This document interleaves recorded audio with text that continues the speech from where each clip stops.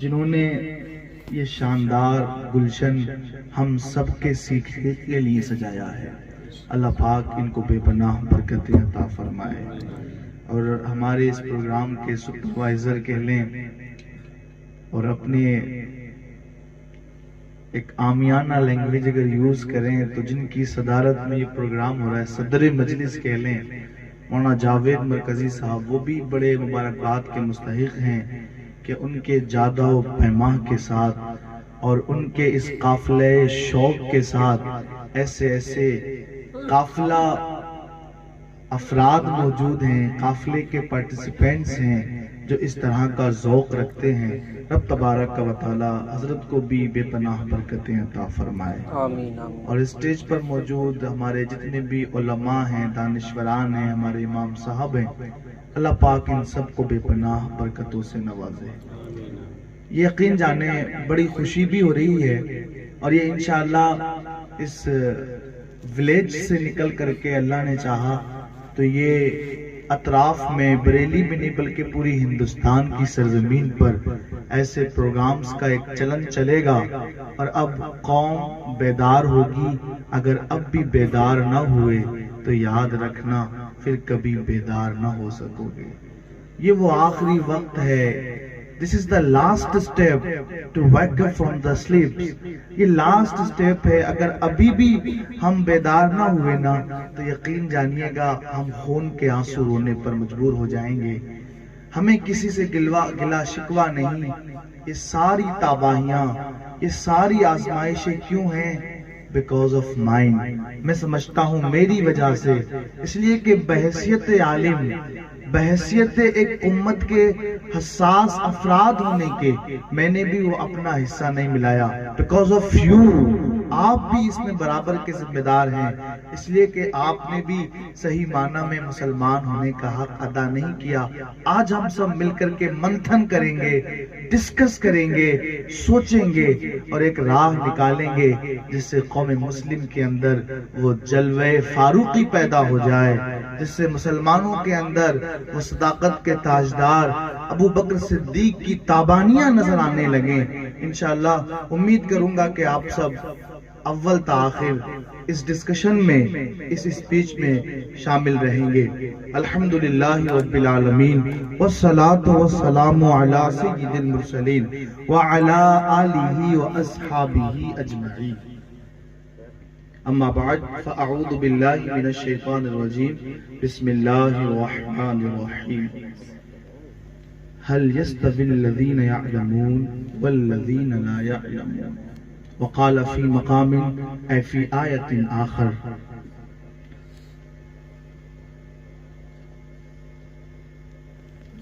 شهد والملائكة وأولو العلم۔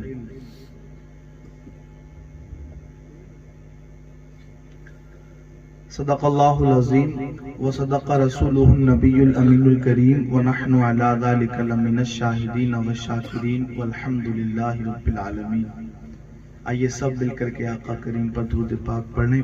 اللہم صلی علی وسیدنا وشفیعنا وحبیبنا وکریمنا ورؤوفنا ومولانا محمد وبارک وسلم۔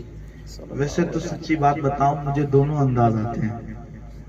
ایک تو وہ انداز جو آپ سنتے ہیں اجلاس میں، اس انداز میں ہی بیان کر سکتا ہوں، اور ایک وہ انداز جو واقعتاً ایک قوم کے اندر فکری انقلابی سرگرمی پیدا کر سکتا ہے۔ لیکن میں اپنی روش سے ہٹ کر کے آج آپ کے سامنے کچھ وہ حقائق پیش کرنا چاہوں گا، کچھ وہ باتیں آپ کو بتانا چاہوں گا تاکہ ہمارے یہ مردہ زمینوں کے اندر کچھ روح تو پیدا ہو جائے۔